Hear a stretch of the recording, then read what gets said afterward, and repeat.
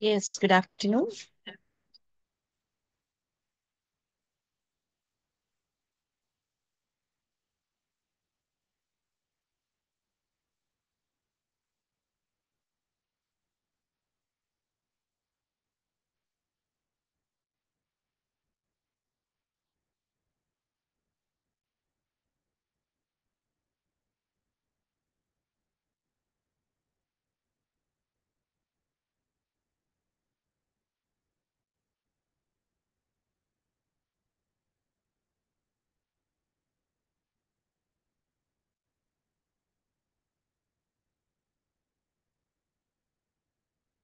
So, in our yesterday's class, we have done with different types of reports, different types of letters, okay, like your inquiry letter, order letter, complaint letter, adjustment letter, sales letter, cover letter, resignation letter, appreciation letter, and the last is recommendation letter.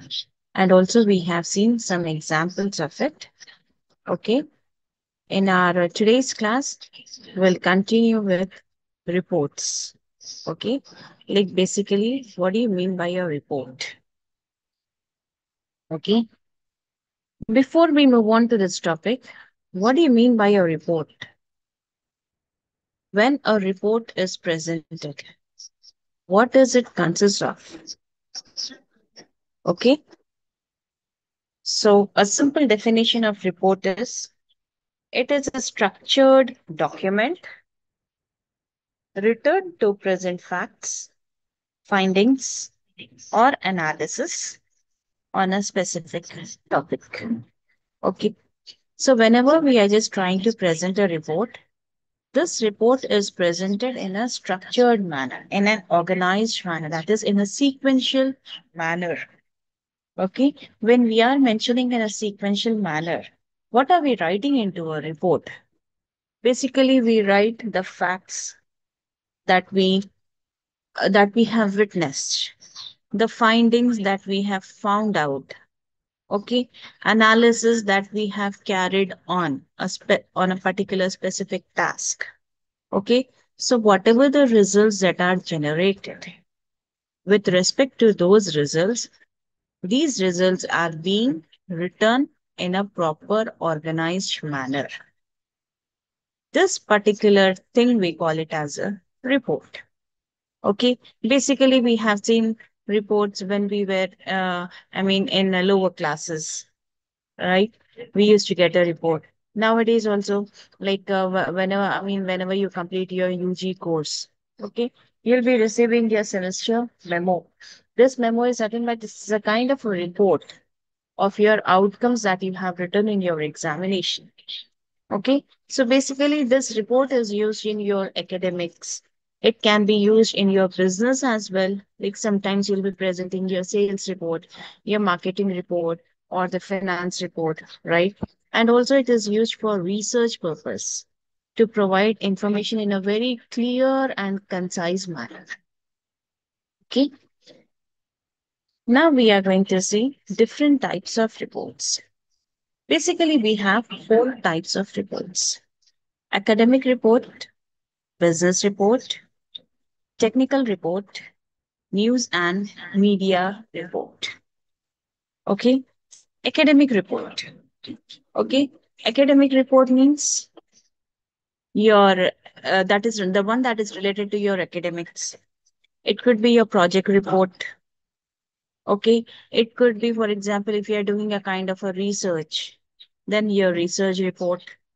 For example, if you are undergoing any kind of a test, for example, blood test, okay, or your cholesterol test, okay, whatever it is. So the outcome that comes is nothing but that is your lab report, we call it as. Okay. Sometimes a task will be given to you to carry out a case study. That particular report, we call it as case study report.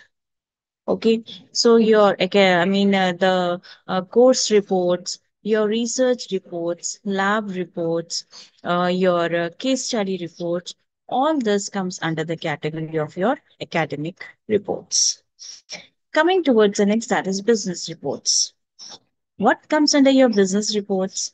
Basically, your sales reports, your marketing report, wherein you will be expressing how much, sales that you have achieved in quarter one, quarter two.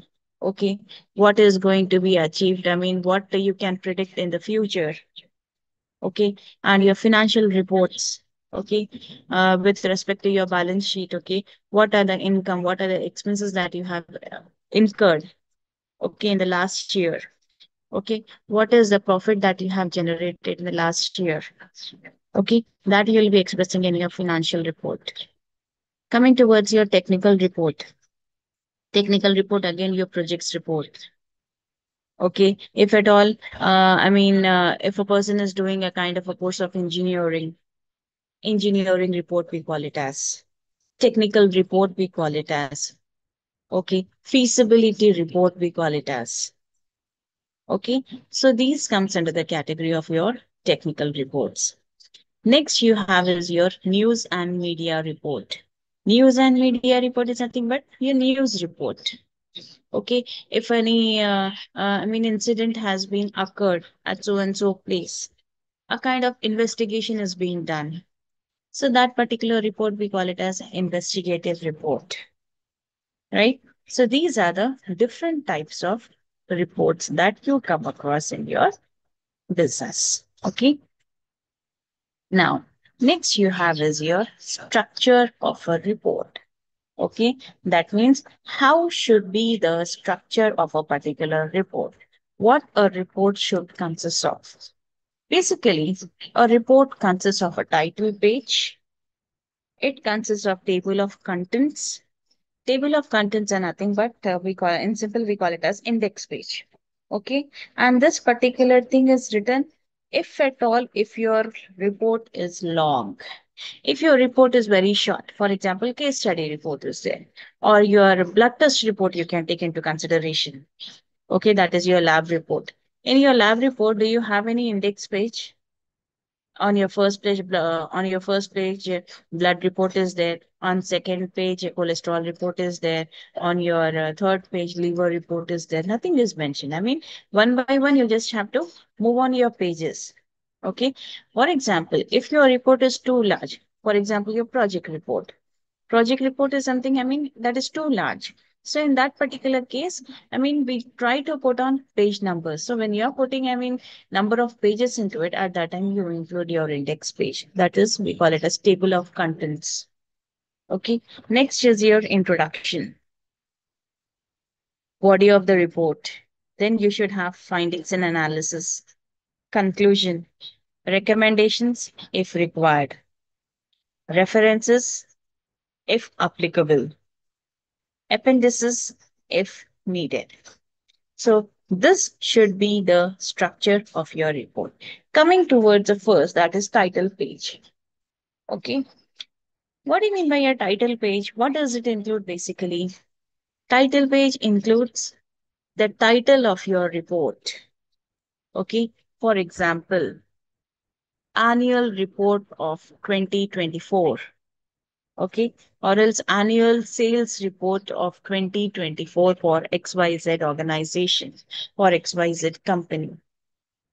Okay, so in this particular thing, I'm mentioning the title, that is annual report. Author's name is nothing but my organization name, that is XYZ. Okay, here date I'm mentioning date in the sense 2024 because since this is annual report, I'm mentioning only the year. And recipient name. Recipient name is something the person who is preparing the report. Okay, simple example is annual sales report of 2024 of XYZ company. So in this particular thing, my title is there, my author is there, that is XYZ company, my date is there, that is 2024, and recipient means I'm preparing the report, so ultimately my name will be there. Okay, coming towards table of contents. Table of contents is nothing but you are just trying to segment, you're just trying to segregate the different sections of your report. along with page numbers so that it will be easy for you to turn on the pages. For easy navigation, you just try to include page numbers in your report. So for example, when you are coming up with a project report, if at all, if I just have to check data analysis part, okay, in your table of contents, if I just check it out, data analysis part is present at so and so page. Instead of moving each and every page, directly I can go to 56 page. Okay, that is a kind of easy navigation for me to move on to 56th page instead of going one, two, three, right? So for that purpose, we go on with table of contents. And this is present only if your report is long. Okay, next coming towards your introduction part. Okay, basically in introduction part, what do you try to present? You try to present the purpose of your report. Okay, that is why you have prepared the report. What is the purpose of it? What is the importance of it? What is the scope of it? Okay, why this report is being prepared? Okay, for that purpose, you try to include it in your introduction part. Okay, simple, I'll tell you. For example, I'm preparing a sales performance report. Okay, so what is my purpose? To analyze sales performance in 2024. That covers quarterly sales as well as your market trends. So in this particular statement, my purpose is there and my scope is there. What is my purpose? I'm trying to analyze sales performance as well as what is my scope? Scope is nothing but the time period you are mentioning. Okay, so you are analyzing sales performance for which period? For quarter one period or for quarter two period, or else to analyze annual sales performance in 2024. That means for the whole year, I'm just trying to come out with the sales performance. Okay, so here my scope is 1 year. What is my purpose? To analyze sales performance of which year? 2024. Okay, so this is what you have to clearly mention in your introduction part. Now, next coming towards body of the report. Basically, what does the body of the report should contain? The body of the report should contain detailed information about what you are carrying it out. Okay, you are calculating sales performance. Yes, but how you are calculating it? Of which person you are calculating it? What are the criteria you are taking into consideration to analyze the sales performance of an employee? Okay, that means here you will come out with your analysis part. You will come out with findings, if at all, if that employee has achieved the target. So based on target, you will be presenting a report. Okay, and also sometimes there might be some subheadings. Okay, like sales performance of quarter one or comparison with previous year. Okay, this is how the body of the report is being. That means a kind of a detailed information will be written in the body of the report. Next is your findings and analysis. Okay, findings and analysis means here you are just summarizing your part. Whatever the contents that you have written previously in the last 4 steps. Okay, here you are just coming up with a customized part of it, summarized part of it. So in findings and analysis, we'll be just summarizing the key sites, okay, the key insights of the report. That means you will be saying highlights, right? Key highlights or takeaways, you will be calling it as. So the same thing you will be mentioning in your findings and analysis. For example, sales increased by 20% in quarter three but declined in quarter four due to market changes.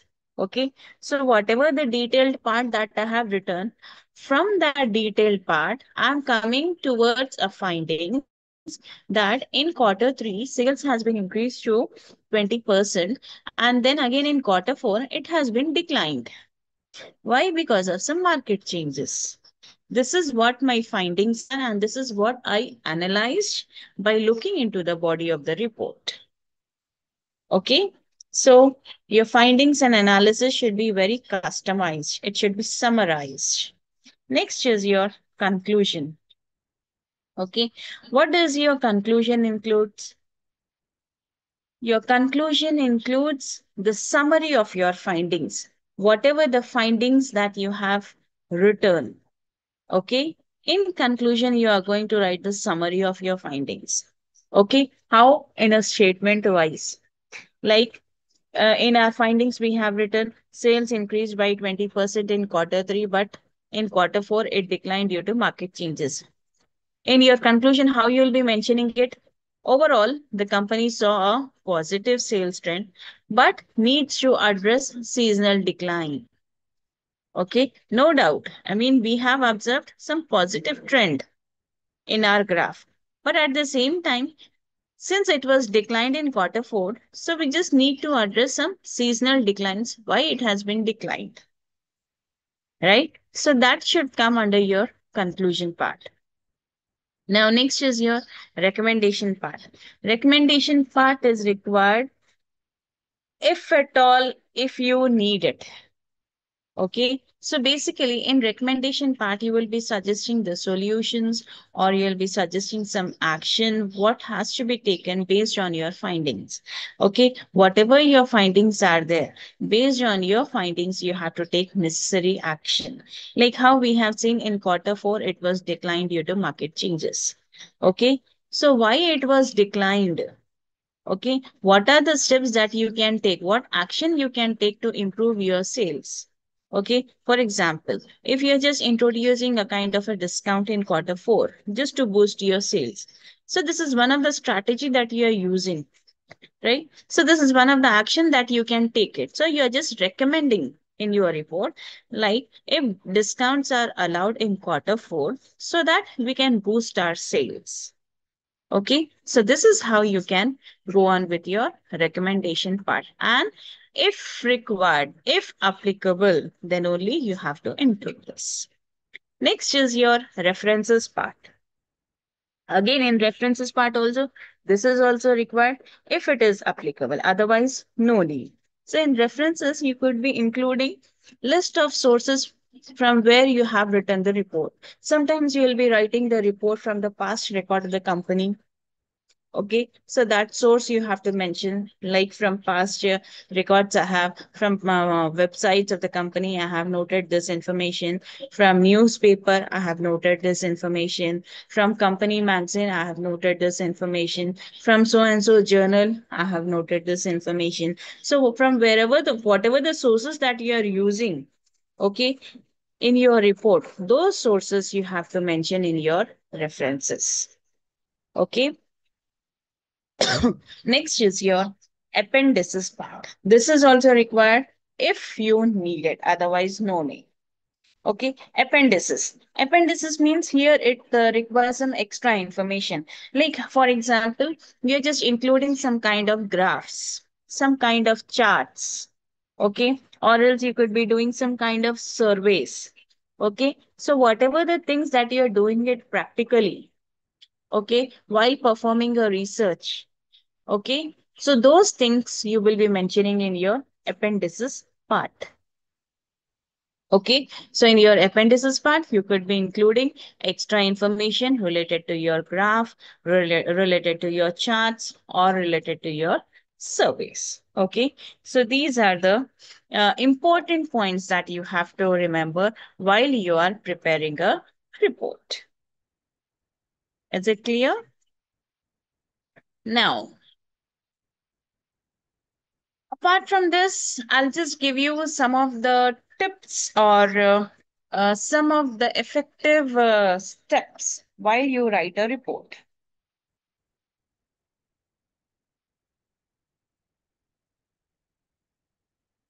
While you write a report, you should always use formal language and a professional language.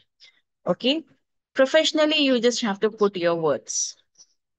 And whatever the words that you are using, keep it very clear, keep it very concise and well organized. Okay. If at all, if there are any points that are mentioned in your report, use bullets so that it will be easily readable by the other party. If at all, if any charts are there, if any survey reports are there, or if at all any graphs are there that support your data, clearly mention it. Okay. Once you prepare your report, have a thorough reading of it. Okay. That we call it as proofread. Proofread means this is a kind of a read that is used to avoid grammatical mistakes. Okay. So before you present your report, just have a proofread of it so that you will be avoiding some grammatical mistakes into it. Okay.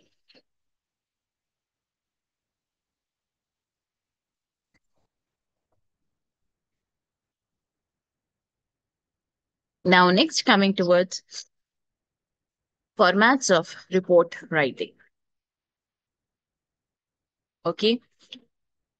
You have got different formats of the report writing. Okay. One by one, we'll just try to look into it. Like, basically, the report writing is based on the purpose and to whom you are presenting it. Okay. So, depending on this, you have different formats.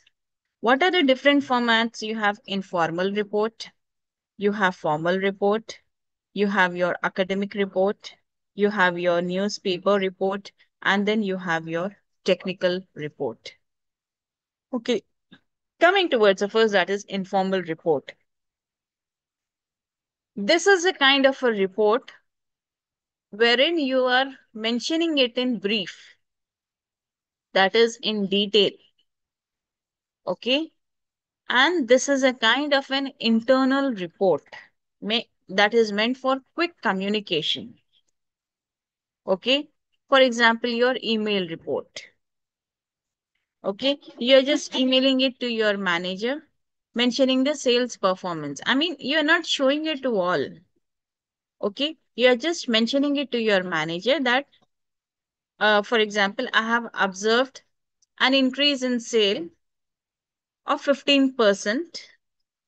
Okay. In the last month, that is January. And based on January, the top selling product was smartphone.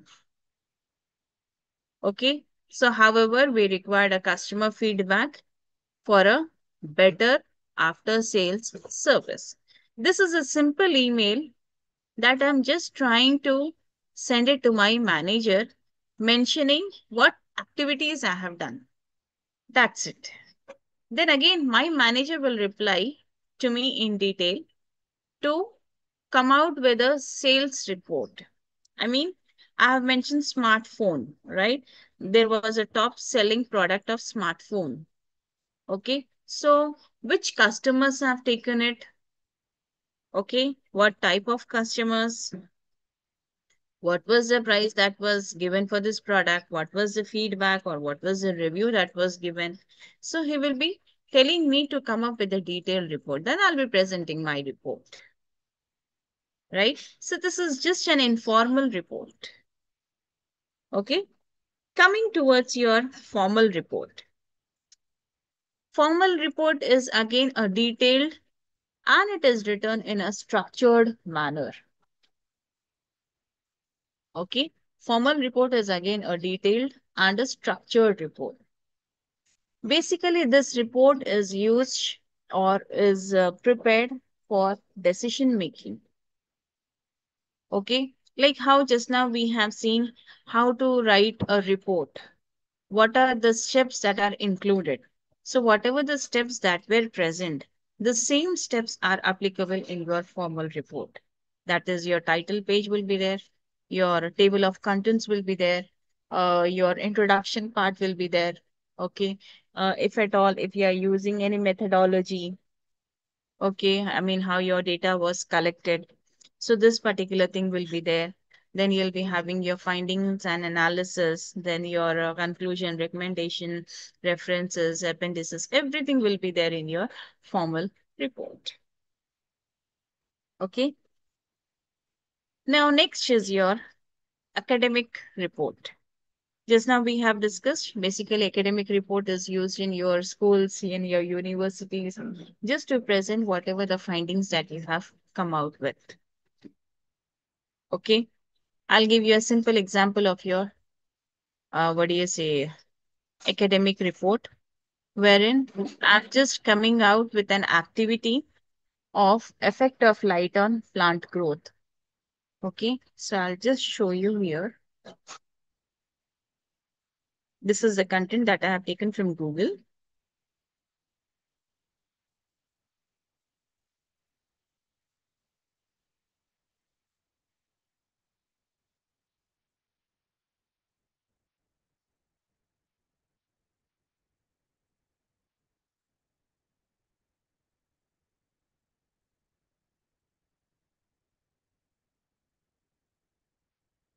Yes, if at all, if you just check over here, you could be seeing how the report is written. It consists of a title, that is effect of light on plant growth, introduction. This experiment examines how different light conditions affect plant growth and what methodology I'm using. Like 3 plants were placed under sunlight, LED light, and darkness. For how much duration? 2 weeks. So what are my findings? Sunlight helped plants to grow best. LED light had moderate growth, whereas the plants in darkness wilted. And what is my conclusion? Natural sunlight is most effective for plant growth. How simple this report is written, right? This is a kind of an experiment that was being done on the effect of light on plant growth. How beautifully it is written. I mean, it consists of everything. And this is a very short report, I can say, which consists of your introduction. Clearly, in your introduction, it is present. Okay, I just want to check out on, examine on how different light conditions affect your plant growth. What methodology I'm using? 3 methodologies. Placing the plants under sunlight, under LED light, and under darkness. For how much time? For 2 weeks. Then what are my findings? These are my findings, and this is my conclusion. Okay. So this is how very simple you just have to present your academic report. This is a kind of an experimental report, you can say, for which it was carried out. Next report is your newspaper report. Just now we have discussed. What does newspaper report consist of? Basically it is used for your journalism, wherein we try to cover different events, that is the current events that goes on. Okay, it includes your accidental, it includes if at all, if any launching of a product is there, or it includes about the activities that are going on. Okay, it includes about the movies part, it includes about your current affairs, it includes about your sports part, your sometimes your what do you say, job opportunities also. Okay. So the current events which are taking place that are mentioned in your newspaper report. Next is your technical report. As I already told you, technical report is used in your technical side. Okay, technical side in the sense engineering, or if at all at your scientific fields, wherein you are presenting a kind of a research or you are going up with some kind of project details. So there we are using your technical report. Okay, so these are the different types of report that have got a very unique format. Okay, so based on its purpose only we are using it. Whether writing a business formal report, or else if you are going with academic research paper, or if you are writing any newspaper article. So clarity, accuracy, and the structure that is organized. Writing a report in an organized manner is very essential. Okay, so these are the things that you have to remember. Now, next, coming towards uses of report writing. Okay, you have got different uses of report writing, that is for academic use, for your business use, government use, journalism and media use, legal use, scientific and technical use, financial use, project management use. Okay, academic use to present your findings in a structured way, or else if you are analyzing any experiments, then come out with conclusions. Okay, sometimes to submit project report. For that purpose, you go on for this report writing. For business use, to track company performance. Okay, to come out with any business activity, that is meeting report. Okay, to propose solutions to the problems that were incurred, how to solve this particular problem, that is feasibility report we call it as. Okay, like giving an example of your a company. Okay, a company HR department wherein they try to prepare a productivity report, employee productivity report, just to analyze work efficiency, and it tries to recommend improvements. Okay, next is your government use, wherein we try to investigate issues with respect to crimes, with respect to auditing, okay, with respect to your census report, that is your survey results, okay, sometimes to monitor your public projects and then check out their progress, your traffic safety report, okay. Coming towards your journalism and media, how it is prepared. Basically, in journalism and media, factual information should be there to be presented to the public. So that we present in the form of a news report. Okay. To cover incidents, accidents, events, or any updates, that we call it as investigative report. So that is being used in your journalism and media use. Next is your legal use. Legal use in the sense, for example, your court reports, wherein they try to maintain some official case records. Okay. If you are able to file any legal case, okay, that is your FIR, we call it as police report. Okay, scientific and technical issue means your software report, or you can call it as technical report, your lab reports. Okay, then coming towards your financial use, annual report, your balance sheet, your profit and loss reports.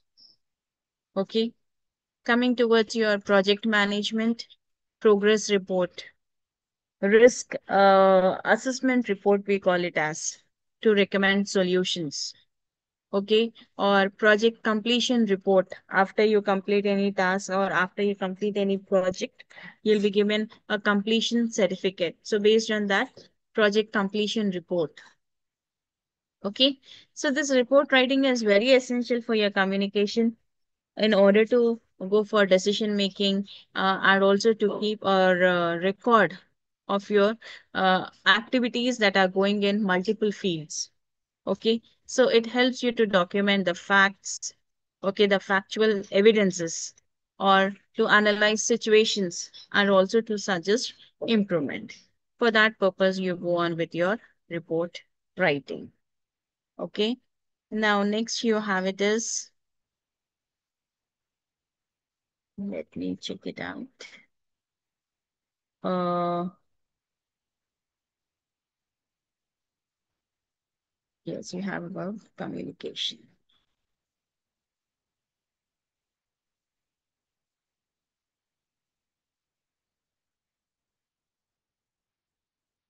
Next, you have about employment related communication. That is basically your block 4 is about your listening part, wherein we have employment related communication. In this, we are going to discuss what are the forms of employment related communication, then how to write a CV,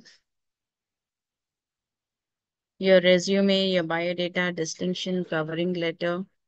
These things are there. So. Let me show it to you.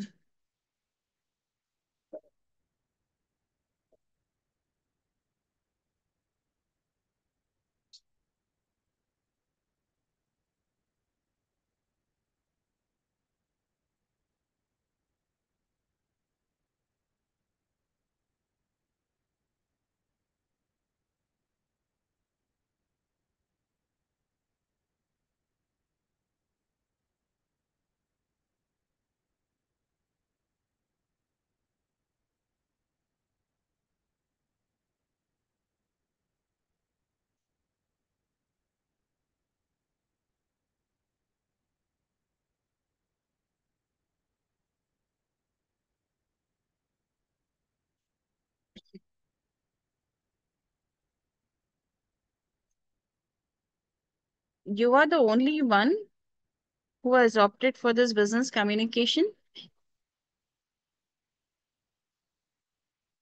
Srikant.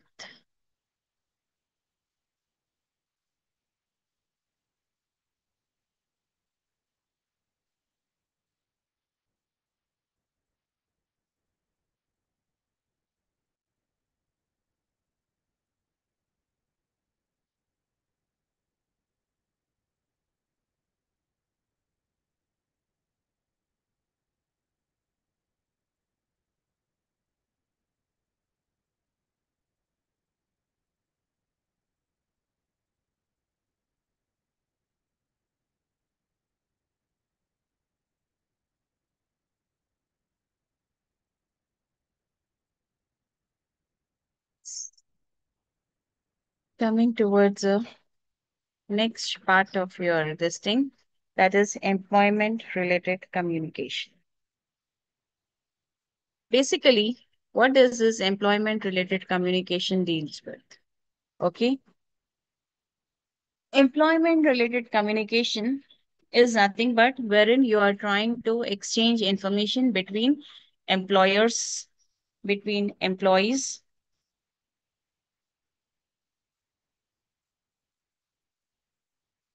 job seekers, and it could be your organization, that is regarding your workplace activities, wherein you try to accept some job applications, you try to monitor some performance, and you try to go on with a change in policies. So employment related communication, it can be classified into two. Either it can be written communication or else it can be your verbal communication. That ultimately takes place in different formats. Okay. Now, what are the different types of employee related communication? First, it could be your job application communication. Why job application communication is being written? To apply for a job, to show your interest. Okay. When you are mentioning your job application, what does it consist of? It consists of your objective, okay, your areas of interest, your qualification, if at all, if you are an experienced person, okay, you'll be mentioning the experiences that you have in various fields. Okay, this is what you will be mentioning in your job application. So this is nothing but we call it as job application communication. Okay, so this is a kind, this either goes with written or it either goes with your verbal. First, it goes with written. That means you'll be just dropping out your CV. So that is a written part. Then once an interview is being held, then verbally you're just expressing yourself. You'll be telling about yourself. Okay. So in your job application, either it could be your CV, that is your cover letter, wherein you'll be introducing about yourself and highlighting your skills. Resume, CV, wherein you will be summarizing your education part, your experience in various fields, and whatever the things that you have achieved, and that is your achievements. Okay. And then there might be something wherein you will be inquiring about, like whether you have a vacancy, okay, in your organization. Okay, so this is how your job application will move on to. After job application, after you just drop in your CV or your resume, then you will be having your interview communication. Okay, in your interview communication, you are going to assess a candidate suitability for a job. Are you fit for that particular position or not? Okay, that could be your interview call letter, or you will be receiving an email, okay, from the employer just for confirmation or scheduling a request for an interview. Okay, sometimes based on your CV, without having a call letter, without having an email, directly you'll be getting a job offer letter. Okay, so in interview communication, what are the things that you can expect, or what are the examples of it? It's your interview call letter, it's your interview response email, and the next is job offer letter. For example, I have just applied for a job for marketing manager. Okay, so I'll be receiving an email from my employer saying that, dear XYZ, I'm very pleased to offer you the position of marketing manager at ABC company. Okay, starting from 1st April 2025. Okay, your salary package could be, for example, 60,000 per month with some additional benefits. And those benefits will be mentioned. So, again, in the next line, please confirm your acceptance by 15th March. We look forward to having you in our team. Regards, HR manager. Okay, so this is a simple example of your interview communication. Next is your workplace communication. Workplace communication happens when you have entered into on-site job. That means once you have confirmed your job, once you got your job, then your workplace communication comes into existence. So in this workplace communication, you will be trying to share information within an organization. Okay. For example, if any a meeting has been conducted, you'll be mentioning minutes of meeting, wherein you'll be recording whatever the discussions or whatever the decisions that has been taken place in that particular meeting. Sometimes there might be a communication with respect to internal policies or internal updates. Okay, that thing you will be mentioning it. Sometimes there might be some performance appraisal reports. Performance appraisal is basically carried out on feedback purpose, feedback on an employee's work. So here, what am I trying to do? I'm just trying to communicate the events or the factual evidences that has been taken place at my workplace. Okay, a simple example I'll give you. Okay, being a manager, okay, or being a project coordinator, I'm just writing an email to my team members saying, dear team, this is a reminder that all project reports must be submitted by 21st February 2025. Kindly ensure timely submission to avoid delays. Okay, this is something where I'm requesting all my team members to submit their project reports before 21st February, just to avoid any delays. Regards, your project coordinator. Okay, so this is a kind of a communication that is taking place at my workplace. And I'm trying to mention an issue to submit your project report. Next could be your employee grievances, employee grievance communication or conflict resolution communication, wherein I'm trying to address workplace issues. I'm trying to resolve conflicts.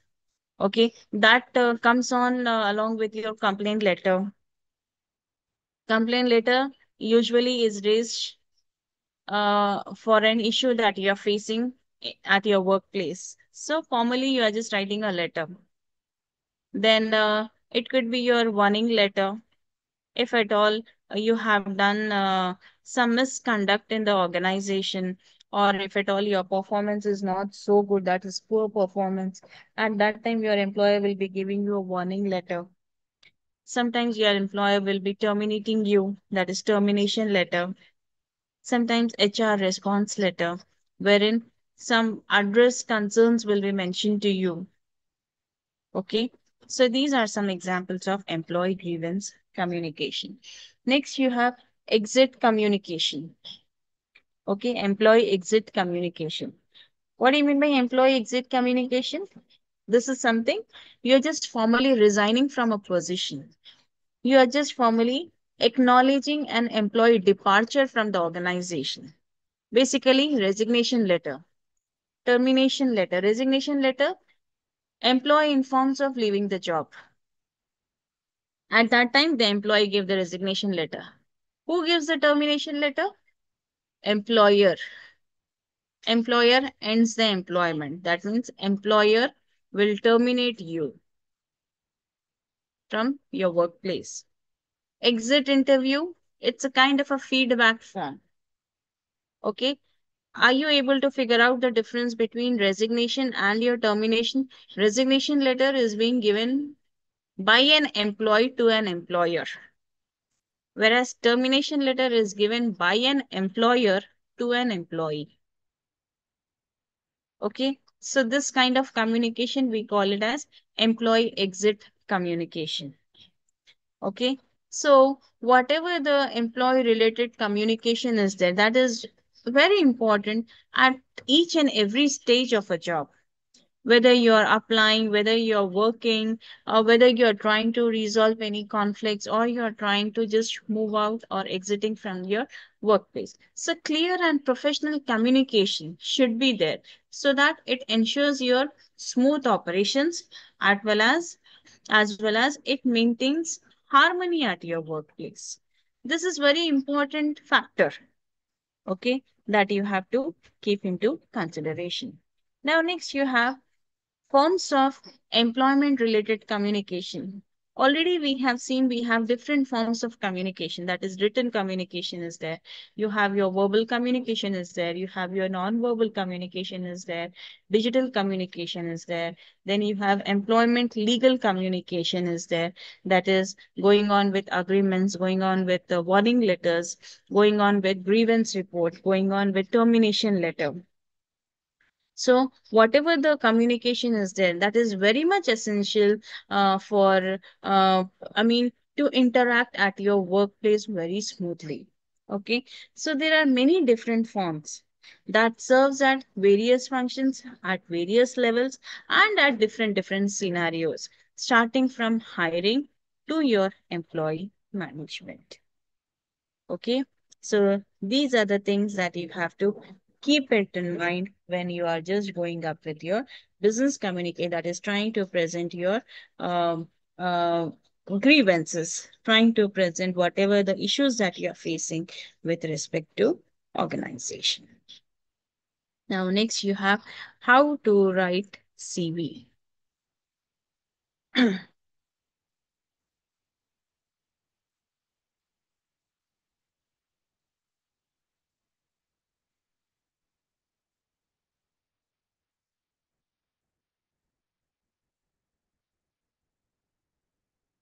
Now, basically, what does the CV stands for?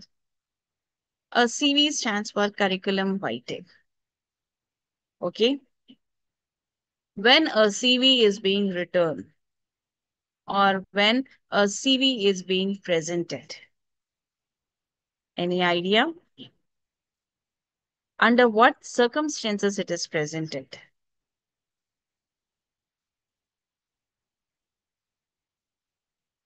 Basically, what does the CV consist of? CV is nothing but it's a kind of a document you can say, wherein you are just trying to outline your education. You are trying to outline your experiences, your skills, your achievements, okay, to showcase the qualifications that you possess for a particular job. Okay, no doubt, sometimes if you are an experienced person, it will be longer and it will be more detailed than a resume. What is the difference between resume and CV? Resume is a very summarized part, I can say. CV is elaborated part, I can say. Okay, so wherein it is specially written for academic and your research position. Okay, now how you are going to structure your CV. Okay, there are some steps. I'll just mention it.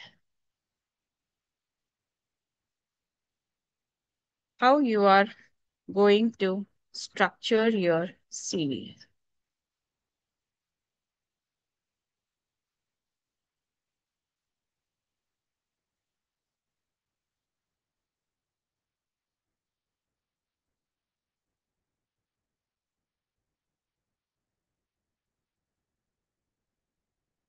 So how you are going to structure your CV, how your CV should be written.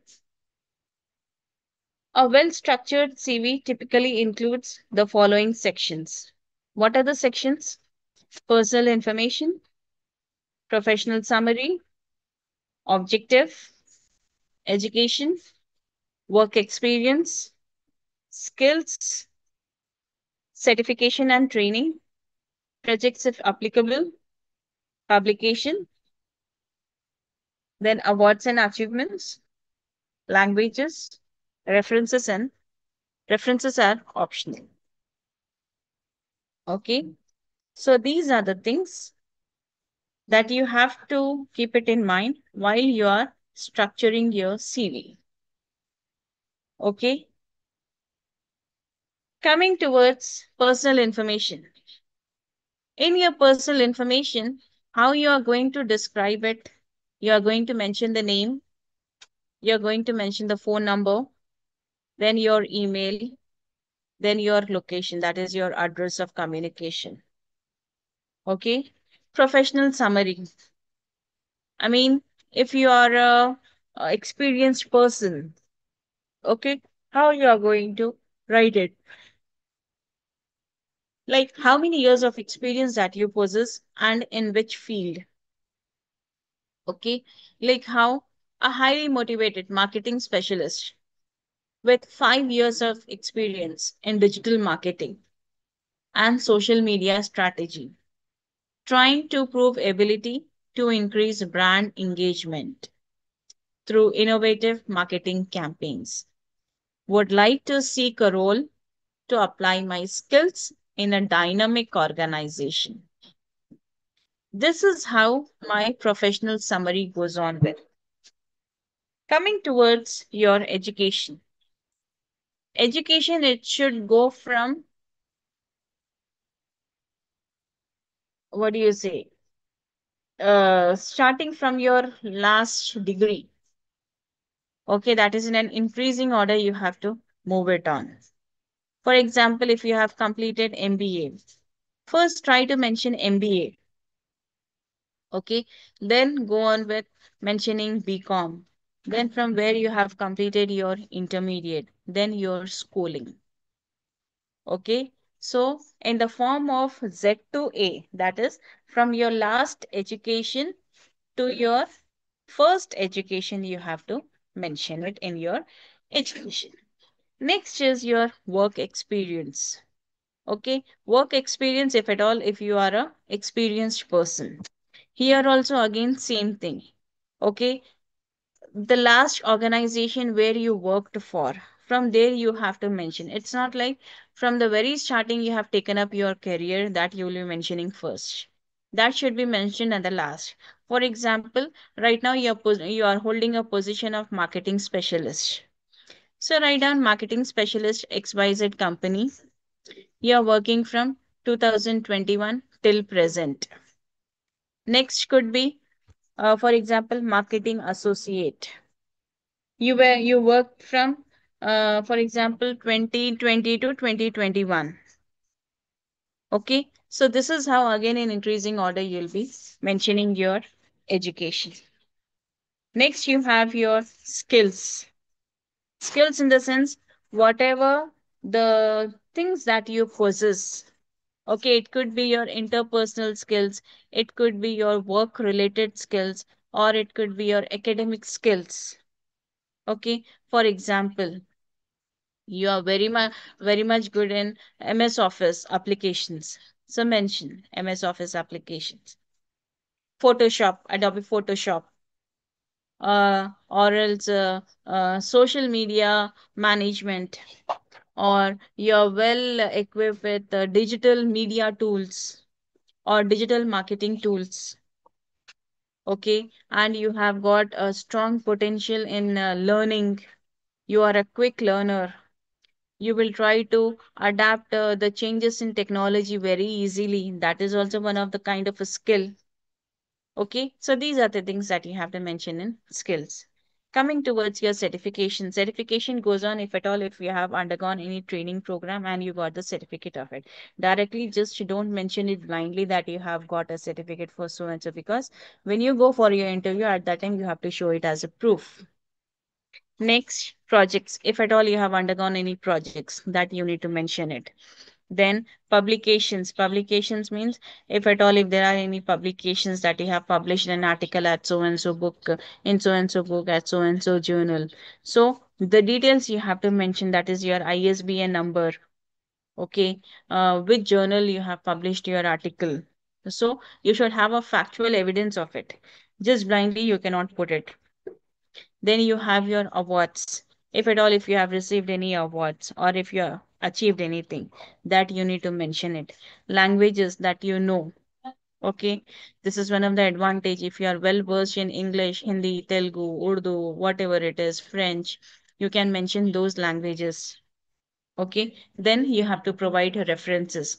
References in the sense, whatever the above knowledge that I have put it, whatever the above information that I have put it is true to the best of my knowledge. Okay, to have a check upon my information, these are my references. You can have a cross check with them. It's like you are just trying to show your openness by giving the reference names for it. So when you are providing the reference name along with the name, you have to provide their company where they are working, their position, along with contact number and email, so that your employer, whenever they are hiring you, they'll be just having a contact with them, checking about your background. So for that purpose, we go on with references. So these are the things that you have to keep it in mind while you write your CV, while you prepare or while you design your CV. So I'll just wind up my class over here. In our next session, we'll continue with the remaining part. So thank you for attending my session. Have a good day.